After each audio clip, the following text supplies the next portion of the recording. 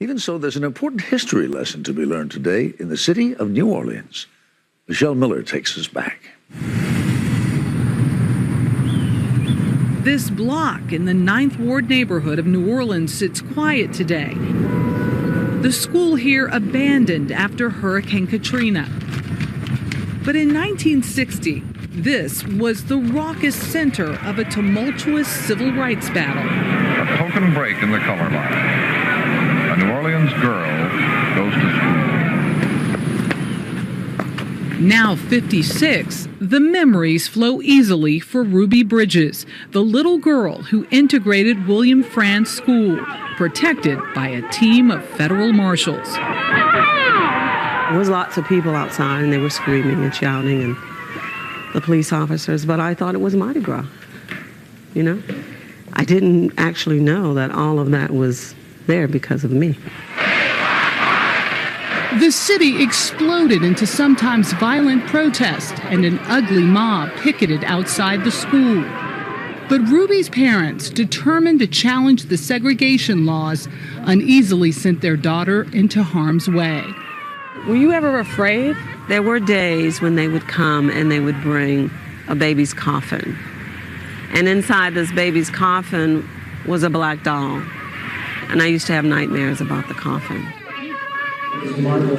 Many Americans know Ruby from this painting she inspired by Norman Rockwell, which remains one of the most popular at the Rockwell Museum. By looking at the hands. Known for his sweetly innocent and patriotic portrayals of American life, this was a stunning departure for Rockwell. Here was another person that, you know, in his own way, wanted to show the world that what was happening during the Civil Rights Movement was wrong. Other heroes were closer to home.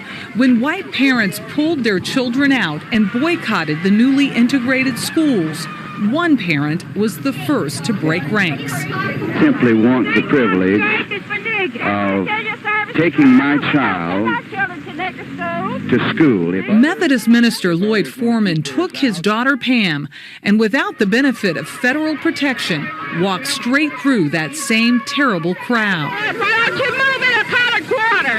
That school year was the last time Ruby and Pam Foreman were together at the school. Hello. Until now. I know. How are you? Pam and Ruby shared their separate but equally painful memories. Daddy always called it the longest walk. Really? Because in my case, our own white race was against us. I mean, we had bomb threats. We had to move out of the house. It was terrible. Why do you think your father stood his ground in face of all of that? Because of his faith in God and his beliefs, that every child, regardless of their race, deserved a right to an education. Was this your classroom? This was my classroom. Integration was token at best. Only 5 white children returned to school that year, but even they were kept well clear of Ruby, who went through the first grade entirely by herself. How did you know they were here? I would come into this coat closet to take off my coat when it got really cold, and I could hear voices, but I never saw them. So every day I would come in here and I would just stand just to see if I could hear them. And that is the message that I want you to keep with you. Ruby spends much of her time these days speaking to school children. Always, always give each other a chance. But many of New Orleans schools, including Frantz Elementary, have been effectively resegregated by white flight.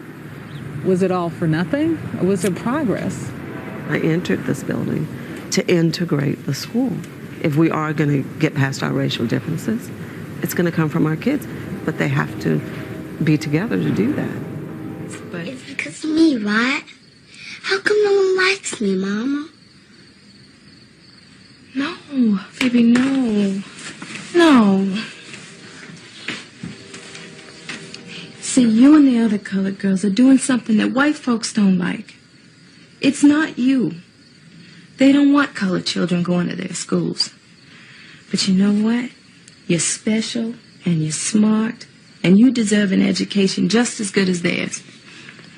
They say those mean things because they want you to think that you don't deserve it. But no matter what they say, you know God loves you. And they don't know what they're talking about.